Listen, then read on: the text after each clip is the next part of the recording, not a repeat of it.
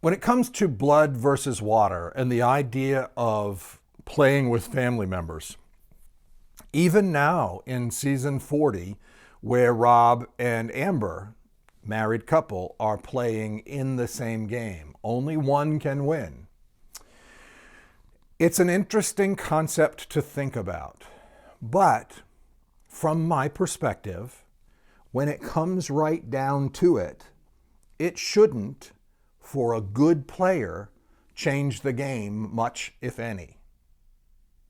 What do I mean by that? Well, the idea that you're playing the game of Survivor, from my perspective, is about being adaptable, being flexible, taking what it is that you encounter and figuring out the best pathway to the end of the game where you are voted the winner.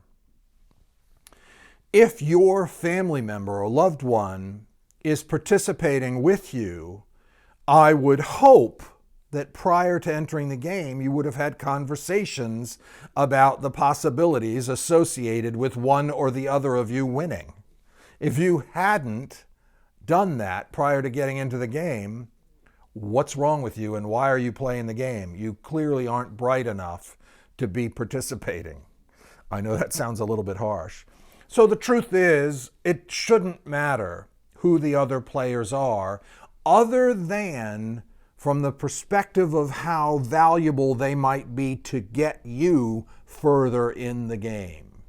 If, for example, Rob and Amber had this idea that it's unlikely Rob might make it to the end, and so they, from the beginning, have agreed to try to bolster Amber's game, I get that. You might have some kind of strategy ahead of time that you and your family member might agree to. All of that makes sense to me, and all of that I think is fair. What seems silly is that it would be difficult for some people to vote against their loved one. It's just a part of the game.